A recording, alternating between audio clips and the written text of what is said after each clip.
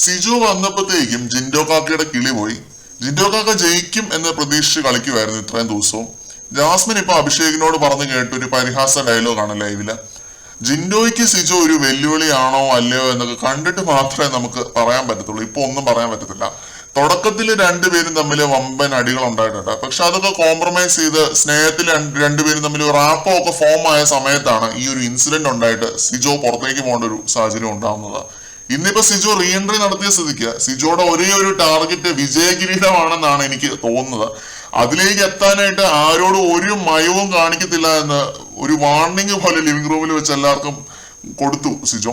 അപ്പൊ തീർച്ചയായിട്ടും സിജോയുടെ ലിസ്റ്റിലെ ഒരു ടാർഗറ്റ് ജിൻഡോ തന്നെയാണ്. കാരണം ജിൻഡോയുടെ ടാർഗറ്റും വിജയകിരീടമാണ്. പക്ഷെ സിജോ വന്നത് കൊണ്ട് ജിൻഡോയുടെ ഗെയിം താഴെ പോകുമെന്നോ അല്ലെങ്കിൽ ജിൻഡോ ഞെട്ടിത്തരിച്ച് ഇല്ലാതായെന്നോ പറയുന്നതിനോട് എനിക്കൊരു യോജിപ്പുമില്ല. മത്സരിക്കാൻ ആളെ നോക്കിയിരിക്കുകയായിരുന്നു ജിൻഡോ. വൈൽഡ് കാർഡുകളെല്ലാം മൊത്തത്തിൽ സൈഡാക്കി മത്സരിക്കാൻ ആളെ നോക്കിയിരിക്കുമായിരുന്നു എന്നാണ് എനിക്ക് തോന്നിയിട്ടുള്ളത്. ഇപ്പൊ ഒരാളെ ഇരട്ടി പവറായിട്ട് തിരിച്ച് ഹൗസിനകത്തേക്ക് വരുന്നു. അപ്പൊ മത്സരിക്കാൻ പുള്ളിയും അവിടെയൊക്കെ തന്നെ ഉണ്ടാവും.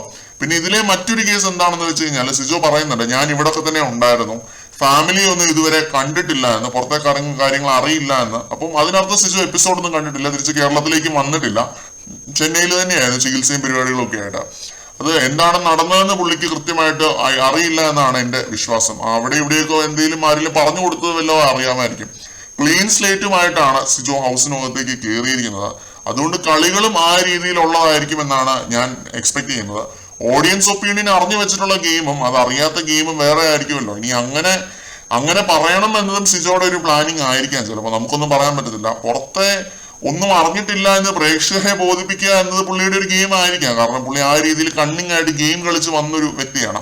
എന്തായാലും നമുക്ക് കണ്ടു തന്നെ അറിയാം. കൂടുതൽ ലൈവ് അപ്ഡേറ്റുകളുമായിട്ട് നമുക്ക് വീണ്ടും കാണാം.